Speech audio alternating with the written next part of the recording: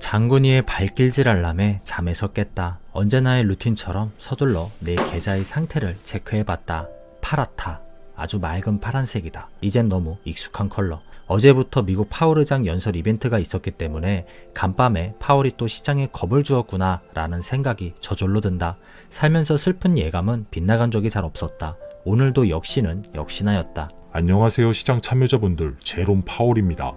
비록 최근 몇 달 인플레이션이 완화되고 있긴 하지만 인플레이션율을 우리 목표인 2%대까지 낮추기 위해선 아주 멀고 험난한 길이 예상됩니다. 만약 전체적인 지표상으로 더 빠른 통화 긴축이 필요하다면 우리 연준은 금리 인상의 속도를 더 높일 준비가 되어 있습니다. 물가 안정을 회복하기 위해서는 당분간 똑같이 제한적인 통화정책 기조를 유지하는 것이 필요로 한다고 생각합니다. 파월의 이 말을 듣고 나는 시골의 한 할머니께서 외치셨던 한마디가 생각이 났다. 너무 좋지? 어떡해? 에헤이, 조졌네 이거. 국어사전에 동사로 기록되어 있는 조지다. 당장 FOMC 회의가 얼마나 남았지? 디데이 14일, 17시간하고도 10분 정도 남아있는 상황이다. 어제 파월의 말 한마디에 이번 FOMC 회의에서 0.5% 금리 인상 가능성이 2배 이상 상승해버렸다. 금리 인상, 증시는 하락, 늘 반복되어 왔던 이번 하락장의 패턴이다. 지긋지긋할 정도로 항상 똑같은 패턴이 나타났었다. 현재의 시장은 최저점이던 바닥보다는 꽤 올라와 있는 지수다. 이렇게 올라올 수 있었던 이유는 당연히 피봇 기대감 때문이었다. 금리가 언제까지 계속 올라가겠어? 하고 시장은 기대감을 가졌기 때문이다. 하지만 오늘 파월은 또 한 번 찬물을 시장에 끼얹었다. 파월의 말을 종합하면은 경제지표가 예상보다 강세를 보이고 있기 때문에 최종적인 금리 수준이 이전 전망치보다 더 높아질 가능성이 있다는 소리다. 그렇다. 님이라는 글자에 점 하나를 찍으면 남이 되듯이 연준이 점을 찍으면 그건 점도표가 된다. 파월의 말은 점도표의 상한선이 더 올라갈 수 있는 뜻이기도 하다.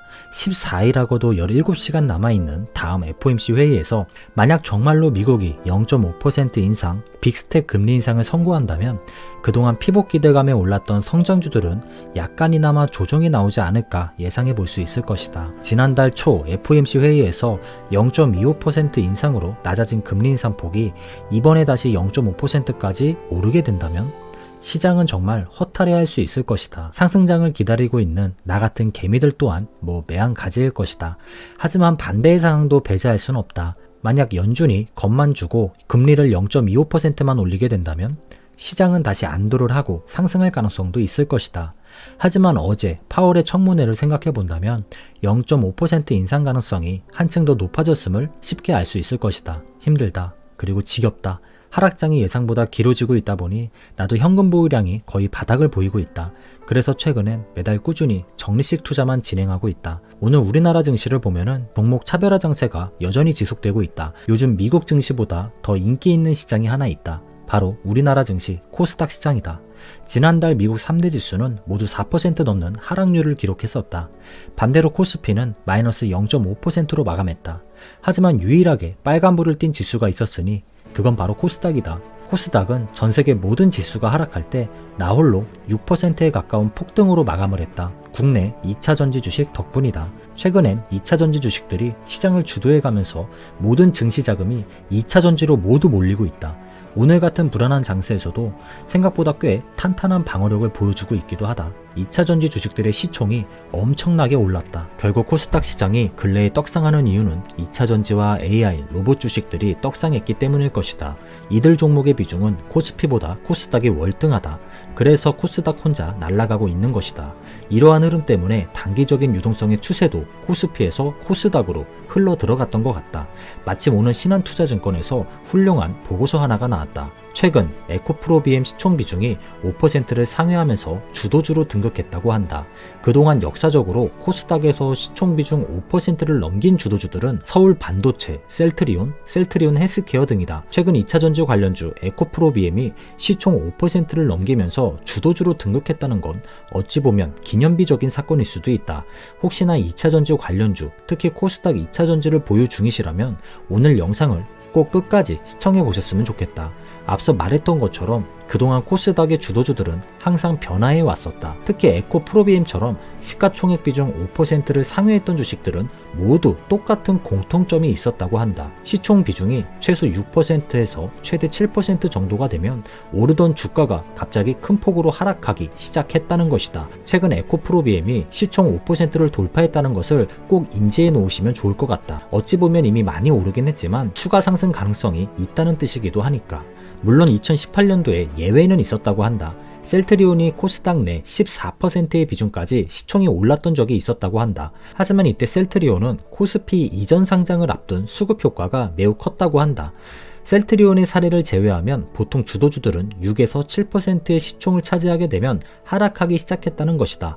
나는 현재 2차전지 주식을 보유하고 있지 않다. 그래서 손가락만 빨고 있는 형국이지만 내심 코스닥 시장이 계속 올라줬으면 하는 바람이 매우 크다. 내 주변인들 모두 최근 힘든 하락장을 겪어왔었기 때문에 모두 정말 힘들어했었다. 하지만 요즘 얼굴빛이 다들 좋아지고 있다. 분명 2차전지 주식을 가지고 있었기 때문일 것이다. 이분들이 향후 수익 매도를 안전하게 할 때까지 2차전지 코스닥 시장이 계속 올라줬으면 좋겠다. 단 오늘 공유하는 내 영상이 그분들의 안전한 수익 매도에 조금이나마 도움이 되었으면 좋겠다. 또한 2차전지 주식을 이번에 잡아내지 못하신 분들은 오늘 영상을 통해 새로운 기회를 잡을 수 있었으면 좋겠다. 여러 증권사들의 의견을 빌리면 향후 특정 주도주의 시총이 너무 높아져서 하락을 하기 시작하더라도 코스닥 시장 자체는 약 2달가량 추가 상승 흐름을 유지하는 경우가 과거에도 정말 많았다고 한다. 이 말은 곧 현재의 주도주 2차전지 주식들이 향후에 하락하기 시작하더라도 2달 정도는 다른 주도주로 대체될 가능성이 높다는 뜻이기도 하다.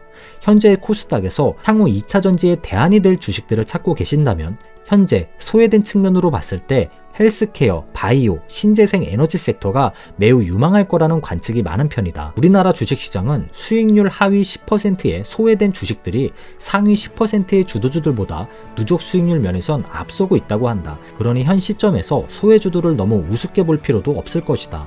또한 소외주들을 들고 있다고 해서 너무 속상해할 필요도 없을 것 같다. 결국 돈이 돌고 돌듯 오르는 종목도 순환이 나타날 수밖에 없다. 어쨌든 어제 오늘 미국과 한국 시장은 파월의 겁주기로 인해서 위축되고 있는 것이 사실이다. 그리고 그 중심엔 금리가 있다. 또 그 금리의 중심엔 인플레이션이 있다. 앞으로의 경제 지표가 인플레이션의 하락을 가리킬지 횡보를 가리킬지 계속해서 예의주시해야 될 것 같다. 그래서 나는 오늘도 정말 경제가 힘든 국면에 처해지게 되더라도 반드시 버틸 수 있는 부채 비중은 낮고 현금이 높은 기업들에 열심히 관심을 갖고 있다. 결국 이런 기업들이 배당도 더 많이 주고 계속 높여주는 경우가 많았다. 개인적인 생각으론 조만간 또 한 번 비중을 높일 좋은 기회가 오지 않을까 예상해보고 있다. 오늘도 시청해주셔서 진심으로 감사합니다. 행복한 하루 되시고요. 오늘 영상이 도움이 되셨다면 좋아요와 구독 꼭 알람 설정까지 부탁드릴게요. 이상 신하브로의 독배 끝.